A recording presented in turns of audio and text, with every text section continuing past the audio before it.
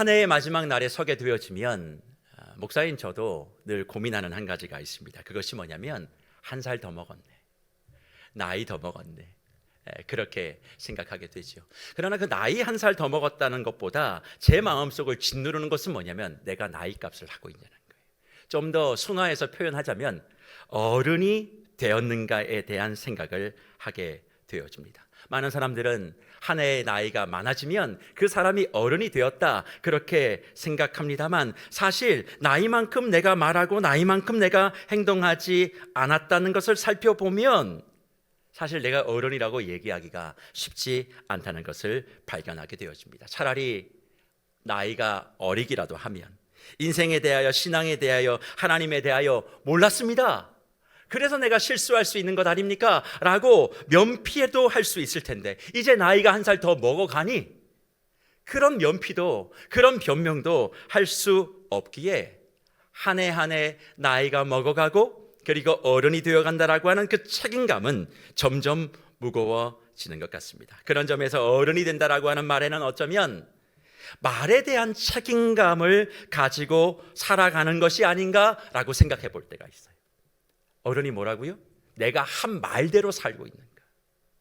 그냥 나이 먹는 그런 어른 말고 내가 한 말대로 살아내고 있다면 그 사람은 진짜 어른이라는 거죠. 이런 부분에 있어서 우리에게 유익한 것을 담아놓은 책 한 권이 있는데, 그 책은 비울수록 사람을 더 채우는 말그릇이라는 책입니다. 이 비울수록 사람의 마음을 더 채우는 말그릇이라는 책의 저자인 말마음연구소 김유나 소장은 사람과 사람 사이에 말이 있다는 것을 이야기하면서 모든 대화에는 각자 짊어져야 될 책임이 있다라고 이야기를 하며 우리 일상 가운데 늘 있는 대화 몇 가지를 소개합니다. 한번 그 대화를 들어보시겠습니까? 첫 번째 대화는 엄마와 자녀의 일상 대화입니다. 엄마입니다. 너 방 치웠니? 자녀, 아직. 엄마입니다. 방이 그게 뭐야? 그래서 공부가 되겠어? 자녀입니다. 내가 알아서 할게. 엄마죠? 알아서 하는 애가 이래? 자녀입니다. 쾅! 쾅은 뭘까요? 문 닫고 들어갔다는 얘기죠. 어떻게 그렇게 잘하십니까? 두 번째 대화입니다. 직장에서 선배와 후배 사이의 대화죠. 선배입니다. 지난번 말한 보고서 준비됐어? 후배죠. 네? 아직 안 됐는데요. 선배죠. 내가 몇 번 말했는데 기한 지켜야 된다고 했잖아. 후배입니다. 죄송해요. 말씀드리려고 했는데 그때 자리에 안 계셔서. 그러니 선배가 또 이렇게 말합니다. 지금 그걸 말이라고 하니? 이 두 가지 사례를 들으시고 엄마와 자녀, 선배와 후배 사이에 누구의 잘못이 크다고 생각하십니까? 아마 엄마요 혹은 선배요 라고 생각하시는 분들은 거의 없으실 거고, 자녀요, 후배요 라고 말씀하시는 분들이 많으실 겁니다. 그런 분들은 제가 지난주에 설교드렸던 꼰대일 가능성이 많습니다. 이 대화에서, 이 두 가지 대화에서 누가 더 책임을 져야 한다고 생각하세요? 김유나 소장은 대화에 참여한 모든 사람들에게 책임이 있다고 밝힙니다. 엄마는 공부하는 태도가 저 모양이니 잘 될 일이 없다고 말하고, 자녀는 엄마가 시시건건 사사건건 간섭하니 집중될 일이 없다고 그렇게 대항하고 있는 대화라는 거예요. 선배는 후배가 미리미리 준비하지 않으니 싫은 소리를 할 수밖에 없다고 이야기하고, 후배는 선배가 도와주지도 않으면서 책임만 지우려고 한다 원망하고 있는 대화라는 거예요. 자신의 위치에서 나름의 이유를 만들어서 절반의 책임도 지려고 하지 않은 대화다 보니까 소통이 되지 아니하고 풀어지지 않은 모습이 있다는 겁니다. 우리나라에는 도로교통법이 있어요. 제가 요즘에 도로교통법에 관심을 좀 많이 갖고 있습니다. 제가 몰랐던 법이 너무 많더라고요. 그런데 그 도로교통법에 교통정리가 없는 교차로에서 양보 운전 조항이라는 게 있어요. 교통정리가 안 되는 그 교차로의 양보 운전 조항, 그게 뭐냐? 신호등이 없는 교차로에서 직진하는 차량과 좌회전하는 차량이 충돌하면 과실 범위가 4대 6이랍니다. 직진이 4고 좌회전이 6이래요.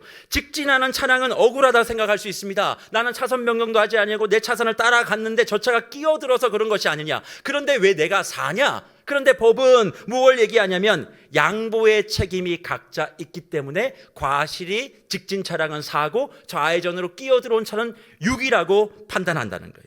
그러니 김유자 소장도 이것을 이야기하면서 가까운 관계에서 주고받는 대화도 신호등 없는 교차로와 같다.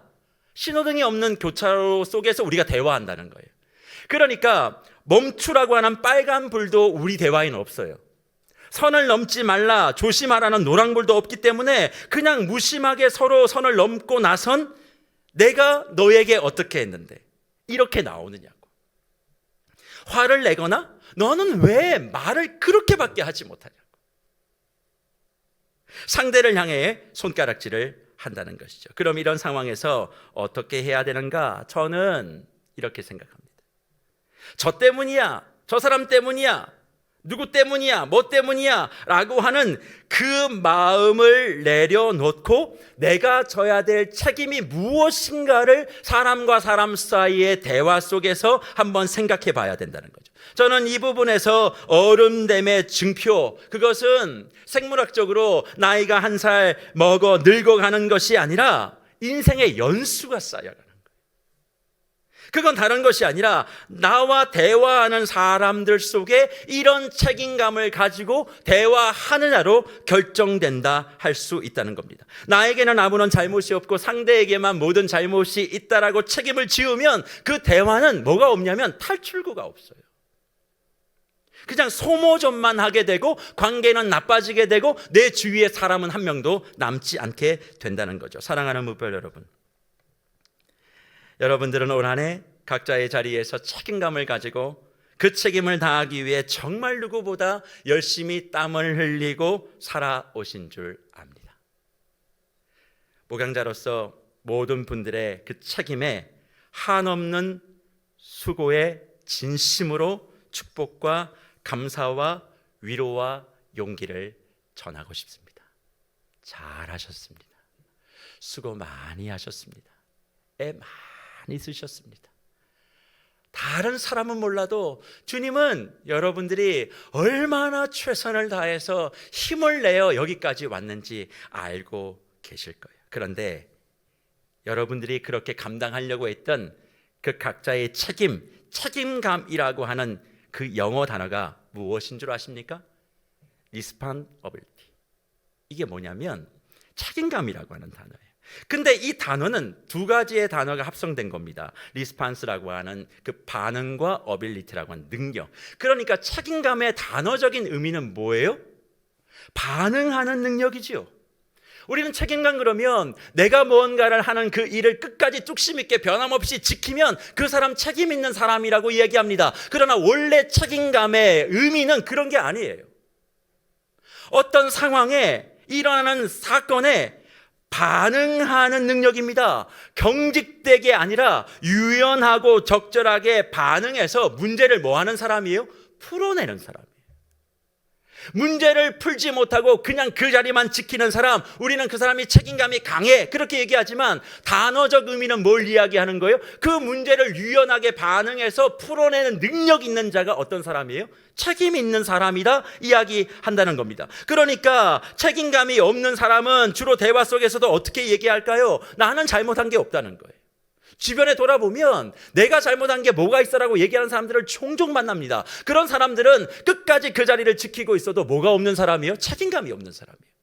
문제를 풀 수 있는 능력이 그에게는 없으니까 그 사람은 책임감이 없는 것이죠. 모든 게 다 상대 때문이야. 나는 열심히 잘하는데 저 사람이 안 따라줘서 그래. 그렇게 얘기하는 반응과 말을 하는 사람들은 언어적으로 보면, 사전적으로 보면 책임감이 없는 사람이라는 것이죠.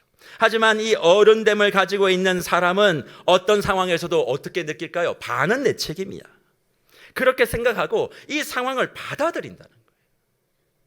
내 책임이니까 상황을 받아들이죠. 그러면 비로소 대화의 능력이 달라지고 말투가 달라지고 그리고 그 자리에서 어른의 역할을 하게 되는 것입니다. 상대를 이해하는 대화가 아니라 내가 이해받는 대화를 지금까지 해왔기 때문에 나이가 들면 들수록 내가 하고픈 이야기를 반복하죠. 나이는 먹어가지만 자녀들 앞에 부모고 선생이지 그 역할을 잘 하지 못해서 어려운 일들이 있을 때 자녀들이 그런 선생과 그런 부모를 선뜻 다가가 이야기하지 못하는 이유가 바로 여기 있는 것입니다. 그렇다면 내가 이런 어른과도 같은 수준을 가지고 내가 살아간다면 입씨름할 일이 별로 없어요. 왜? 어른의 눈높이에서 이야기를 시작하니까. 조금 더 높은 곳에서 상대를 바라보며 숨어있는 메시지를 확인하고 막다른 골목으로 치닫게 되어지는 모든 대화를 다 막고, 문제는 뭐예요? 말을 하는 게 중요한 게 아니죠. 해결해내고 묶인 것을 풀어내는 그런 능력을 갖출 때 비로소 그 사람이 어떤 사람이 되는 겁니까? 어른이라 할 수 있다는 것입니다. 지금 어느 시대보다 어른이 필요한 시대가 아닌가 생각합니다. 왜 어른들은 많은데 어른들을 찾는 것일까요? 책임을 다하고 상황에 따라 유연하게 대응하며 해법을 찾아내는 사람들이 눈에 많이 보이지 않기 때문에 그렇습니다. 특히 우리와 같은 기독교 신앙을 가지고 있는 사람들은 이런 유연함의 책임감이 상당히 떨어질 수밖에 없어요. 왜 그럴까요? 오늘 본문 여호수아 4장 23절과 24절의 말씀을 한번 보십시오. 이렇게 말씀하죠. 너희의 하나님 여호와께서 요단물을 너희 앞에 마르게 하사 너희를 건너게 하신 것이 너희의 하나님 여호와께서 우리 앞에 홍해를 말리시고 우리를 건너게 하심과 같았나니, 이는 땅의 모든 백성에게 여호와의 손이 강하신 것을 뭐하게 하며 알게 하며 너희가 너희 하나님 여호와를 항상 경외하게 하려 하심이라 하라, 그렇게 기록하고 있습니다. 약속의 땅 가나안으로 들어가기 위해서 광야의 시간들을 지나지요. 그런데 그 광야의 시간들을 지나기 전에 하나님은 기적으로 홍해를 건너게 하십니다. 그리고 40년의 광야 생활을 지나고 난 다음에 또 하나를 건너야 되는데 그 강은 뭔 강이에요? 요단강입니다. 그런데 홍해는 기적으로 건넜지만 요단은 뭘로 건너요? 믿음으로 건너는 거예요. 홍해는 기적, 요단은 믿음. 그래서 가나안 땅에 가기 위해서는 우리에게 뭐가 필요해요? 기적도 필요하고 뭐도 필요하다? 믿음도 필요하다는 거예요. 근데 많은 성도들이 기적만 간구할 뿐 믿음을 이야기한 적은 없어요.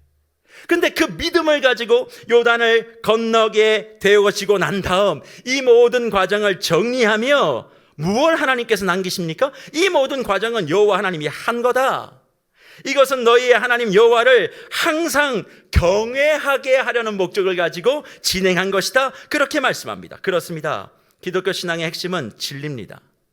진리는 다른 것과 타협할 수 없는 명제죠. 사실에 대한 선포고 사실에 대한 진술이기 때문에 틀림없는 것입니다. 그리고 이것에 대해서는 토를 달 것이 하나 없습니다. 하지만 묵별 여러분, 성경을 읽을 때 이런 명제, 이런 진리, 하나님이 세상을 창조하셨다, 예수 그리스도가 하나님의 아들이다, 예수를 믿는 자마다 구원을 얻을 것이다, 예수님이 십자가에 우리 죄를 사하기 위하여 십자가에 죽으시고 사흘 만에 부활하셨고 다시 이 땅에 오실 것이다, 그걸 믿기만 하면 구원을 얻는다라고 하는 이런 명제만 성경에 기록되어 있습니까? 그렇지 않아요. 그 명제에 수많은 우리의 살아가는 이야기가 포함되어 있습니다. 사람과 사람 사이의 대화가 어우러져 있어요. 사건과 사건을 통해서 당황하는 사람들, 그리고 사람과 사람 속에 갈등이 있는 것들, 그리고 그것이 어떻게 풀어지는 것인지, 풀어지지 않을 때 어떤 일이 있는지 수많은 이야기들이 성경 속에 담겨 있다는 것입니다. 그리고 그것을 우리는 진리로 받아들이고 정확무오한 하나님의 말씀으로 성경이라 칭하며 그 말씀을 우리가 대하고 있는 것이죠. 그런데 우리는 성경을 단편적으로 봅니다. 그냥 진리니까. 하지만 성경을 읽으면 그렇지 않다는 것을 너무나 잘 알게 되어져요. 그래서 신앙은 전인격적이라는 말씀을 많이 하지 않습니까? 전인격적이라는 말이 뭐예요? 지성만이 아니라는 거예요.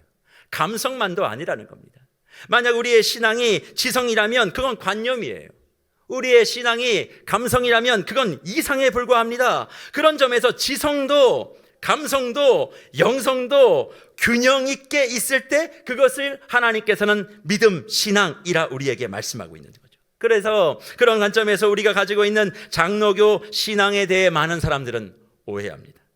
장로교 교회를 다닙니다 그러면 많은 사람들이 기본적으로 가지고 있는 얘기가 뭐냐면, 생각이 뭐냐면 교리만 그냥 이야기한다고. 딱딱하다고, 말씀만 이야기하다 보니까 머리는 크지만 가슴은 차가운 그런 사람들이라고 이야기를 합니다. 지성과 관념 그리고 명제와 교리만 강조해서 그렇게 되었다는 거예요. 하지만 장로교 신앙은 그렇지 않습니다. 우리는 지성 있는 감성, 감성 있는 지성을 추구하고 거기에 우리 각자에게 허락하여 주시는 은혜의 체험, 믿음의 스토리를 입히며 신앙의 골격을 세워가는 전인격적인 신앙을 지향하는 거예요. 그런데 이상하게도 우리는 고정된 관념, 타협할 수 없는 진리만을 이야기하다가 뭘 자꾸 놓치냐면 무수한 삶의 변화와 일상의 흐름을 놓쳐버리고 그 흐름과 전혀 별개의 신앙생활을 하시는 분들이 많이 계신다는 거예요. 그저 내가 가지고 있는 생각만 딱 가지고 유연함이 부족한 믿음 생활을 하시는 분들이 많이 있다는 겁니다. 그냥 이건 이거고 저건 저거다 말해버리며 그런 세상의 흐름과 담을 쌓아버려요. 세상에 물들면 안 되지만 세상과 단절되어서도 안 된다는 것이 성경에서 말씀하시는 핵심인데 우리는 전혀 그것을 고결하고 고귀한 신앙으로 착각하고 살아갈 때가 많이 있다는 것입니다. 하나님은 전지전능하시라고 하는 이 진리가 어떻게 이 땅에서 확인되어져야 할까요? 그것은 수많은 사람과 사람 사이의 대화, 이야기, 그리고 그 속에서 일어나고 있는 여러 가지 사건과 사고들, 그리고 그 속에 있는 수많은 갈등의 해결과 풀어냄을 통하여 증명하고 있는 것이 성경 66권 전체의 내용인데 우리는 그것을 그렇게 생각하지 않고 단편적으로 내가 아는 것만 취할 뿐입니다. 성경 안에서 그런 것들을 이야기하고 있다면 우리의 일상도 성경과 동일한 원리가 적용되어져야 되지 않겠습니까? 그것이 무엇입니까? 이건 이것이다. 단정을 짓는 것으로 그치는 것이 아니라 그것을 전달하는, 진리와 명제를 전달하는 그 내용에 나의 인격을 더하고 그 진리 속에 우리의 고민과 어려움을 포함시켜 나도 힘들었지만 이 말씀 붙들고 이 진리 붙들고 왔더니 하나님이 풀어주시고 또 지금 그 문제가 풀어지지 않아도 이 일을 통하여 나를 깨닫게 하시고 보지 못하는 것을 보게 하시고 풀어줄 것을 풀어주시고 또 품어줄 것을 풀어주시는 그 신앙이 내게 있습니다.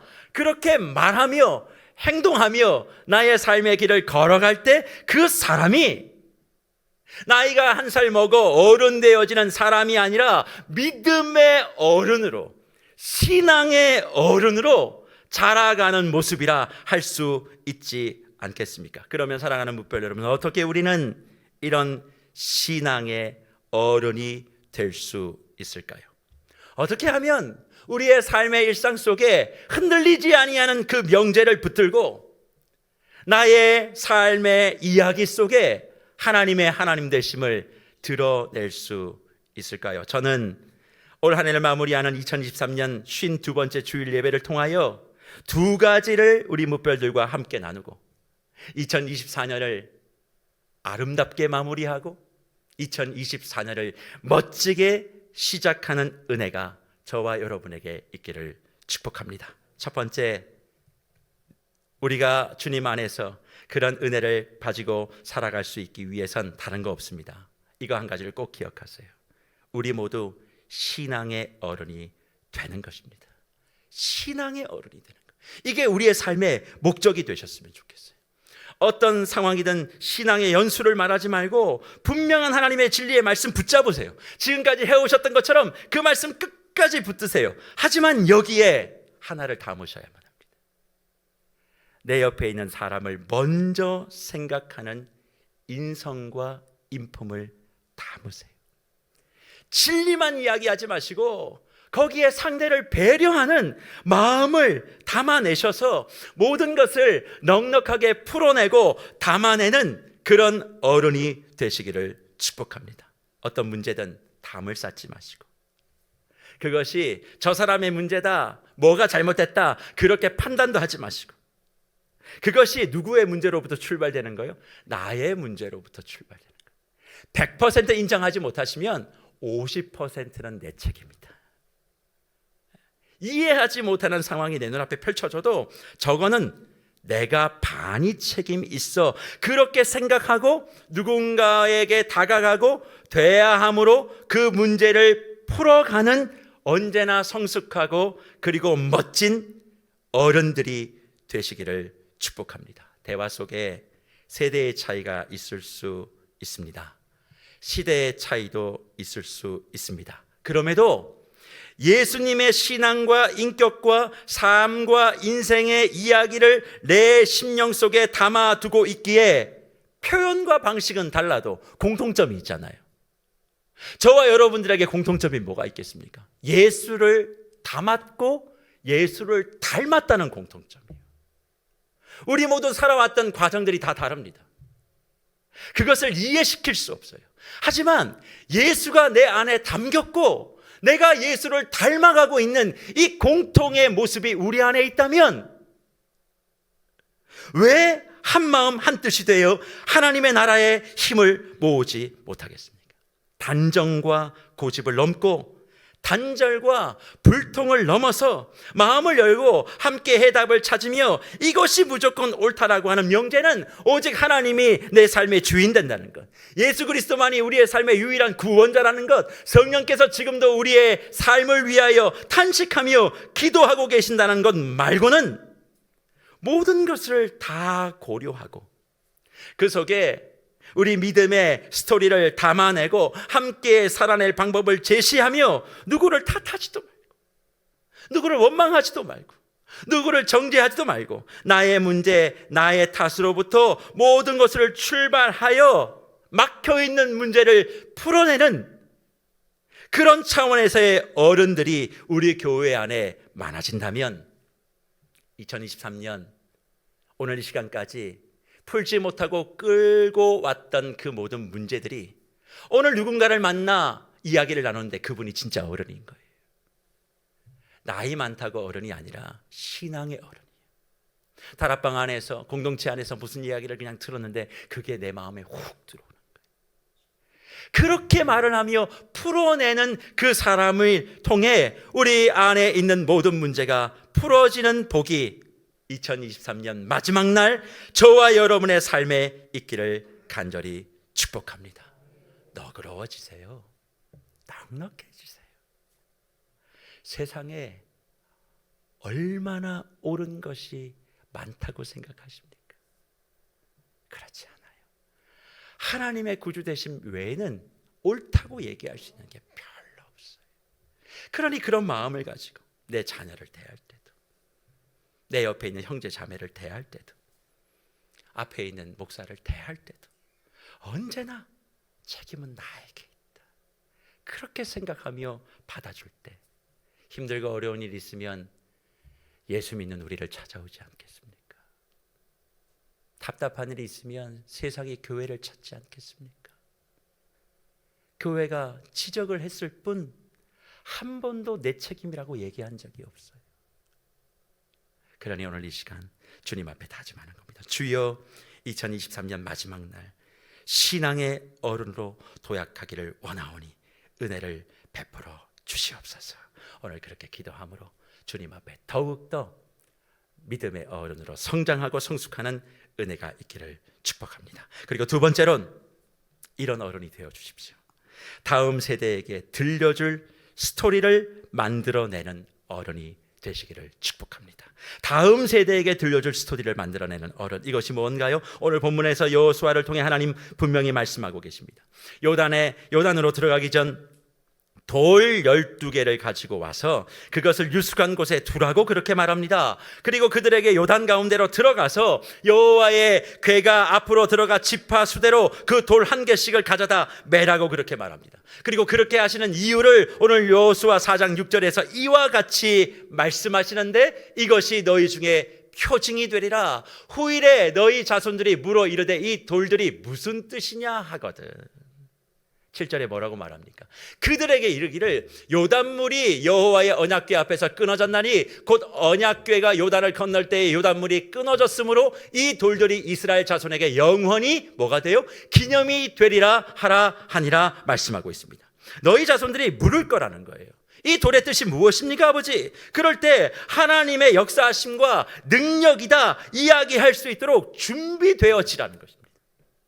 어린 자녀들이 우리의 모습을 바라보며 하나님의 능력과 기적이 어떻게 나타나는지를 물어볼 수 있는 그런 어른이 되라 말씀하시는 것 아니겠습니까? 주 안에 사랑하는 무별 여러분, 말 구유와 같이 더러운 저와 여러분의 심령과 입술 속에 담겨주신 그 예수로 인하여 우리는 말할 수 없는 신앙의 성숙을 이루었고 어린 아이에서 어른이 되었습니다. 그렇다면 그 어른됨의 징표가 나타나야 되지 않겠습니까?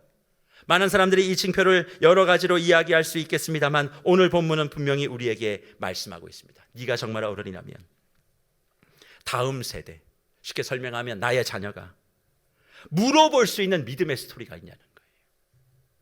이 모습을 바라보며 우리 엄마는, 우리 아빠는 어떻게 이렇게 힘든 상황에서도 여기까지 오셨습니까? 도대체 비결이 뭡니까? 내가 아무리 계산을 해봐도 우리의 가정이 여기까지 올 수 있는 그런 능력이 없었는데 올 수 있었던 힘이 무엇입니까? 물어볼 수 있는 믿음의 스토리가 있냐는 거예요. 우리의 새별들이 교회를 바라보며 우리 교회는 아무것도 없는 것 같은데 우리 교회가 이렇게 60년이 넘게 승승장구하며 하나님의 은혜 가운데 보호되며 다시 한번 재도약의 그런 힘과 능력을 바라보며 기도하는 그 이유가 도대체 무엇인지 물어볼 때 답할 수 있는 언약의 12돌이 있냐는 거예요. 그게 우리에게 준비되어 있는 사람이 하나님이 말씀하시는 신앙의 어른이라 말씀하고 있는 것 아니겠습니까? 그런 차원에서 우리의 신앙은 언제나 세대를 이어 관통해야만 합니다. 우리의 믿음의 스토리는 오늘도 계승되어져야 돼요. 계승하지 못하는 신앙은 어른 신앙이 아닙니다. 그저 내가 혼자 좋고 내가 복받는 신앙에 불과한 것이죠. 그러니 주님은 우리에게 확실한 뜻을 보여주고 계십니다. 너희의 신앙을 계승해낼 수 있는 어른들이 되라는 거죠. 그런데 문제는 이런 세대 간 믿음의 다리가 자꾸 붕괴되고 있습니다.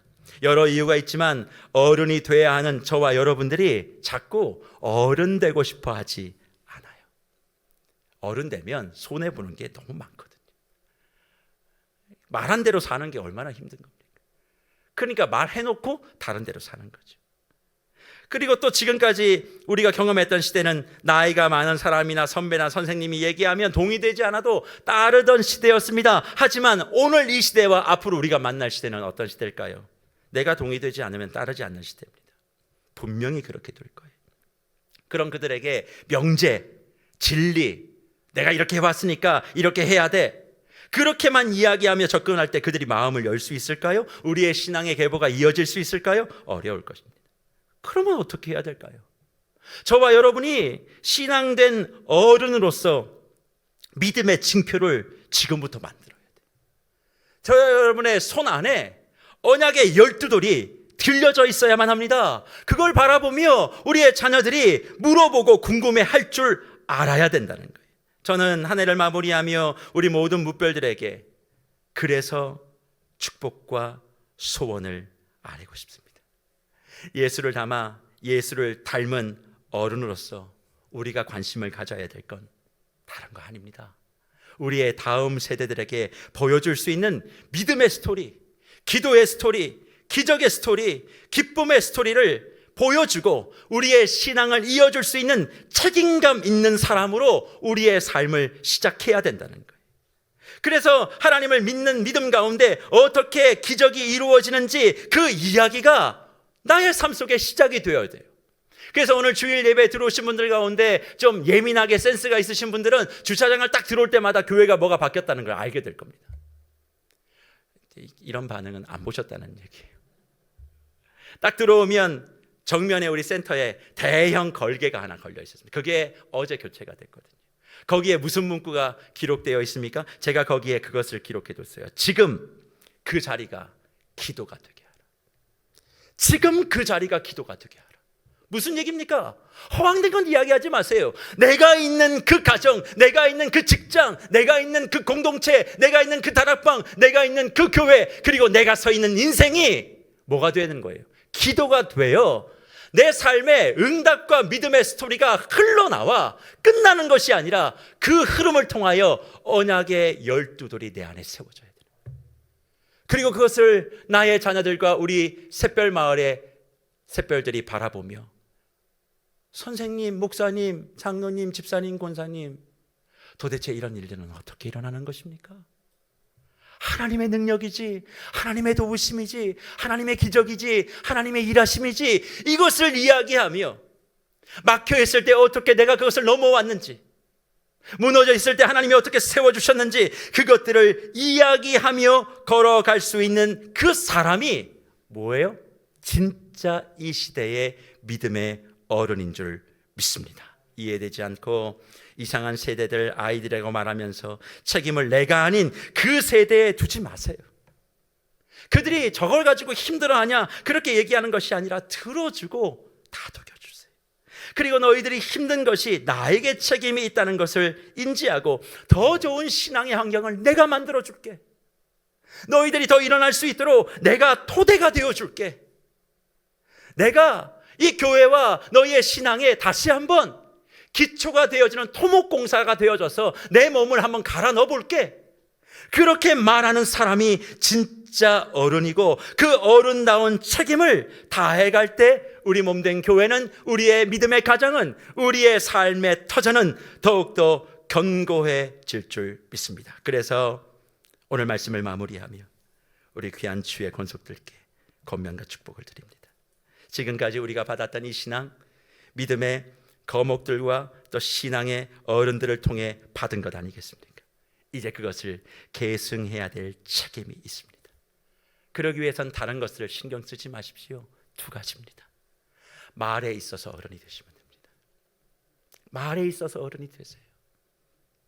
다 나의 책임이다 생각하시고 받아들여 주시면 됩니다. 그리고 그것으로 끝나시면 안 됩니다. 우리 안에 증명해낼 수 있는 언약의 12도를 준비하십시오. 지금도 늦지 않았습니다. 그것이 하나 없다면 주여 나의 삶에 언약의 12돌이 매일매일 쌓아지게 하여 주시고 이것을 나의 자녀들이 보며 궁금해할 때 내가 자신 있게 나의 신앙과 믿음의 이야기를 이야기해 줄 수 있는 그런 은혜를 허락해 달라고 우리가 마음을 모아 기도하시는 복이 있기를 축복합니다. 한 해 동안 어른 되신다고 수고 많으셨습니다. 더욱 멋진 어른들로 새해 만나기를 축원하고 어른다운 행복, 어른다운 믿음, 어른다운 신앙, 곧 예수를 담아 예수를 담는 우별로 하나님께서 우리에게 주신 새로운 한 해를 기대하시는 저와 여러분들이 되시기를 축복합니다.